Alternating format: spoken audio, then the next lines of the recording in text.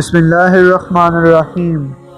اقوال حضرت سخی پیر مدظ اللہ العالی۔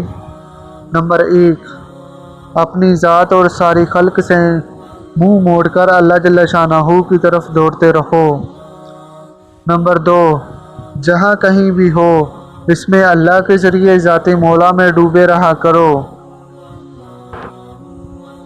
نمبر 3، اللہ جل شانہ تک پہنچنے کے لیے پوری ہمت و توجہ سے باطن کی پرنور اور معطر فضا میں روحی پرواز جاری رکھو۔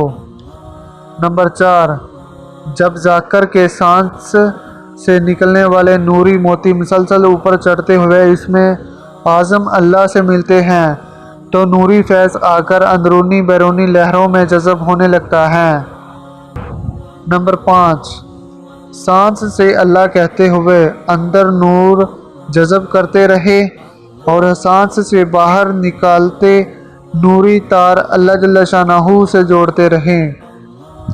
نمبر 6، شکی الفطرت، مردہ دل، منافق، شیطانی، افلاطونی، سفلی، روحانی علوم والے قرآنی آیات و حدیث بھی پڑھ کے سناتے رہتے ہیں، ان کا اعتبار نہ کرو۔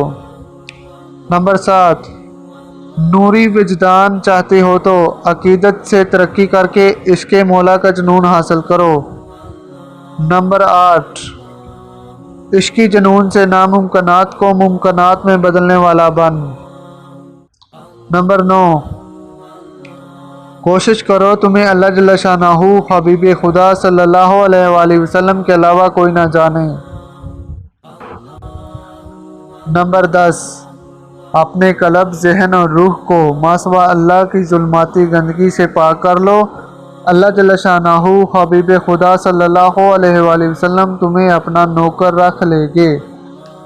نمبر 11، عشق مولا کے بغیر اخلاص حاصل نہیں ہو سکتا۔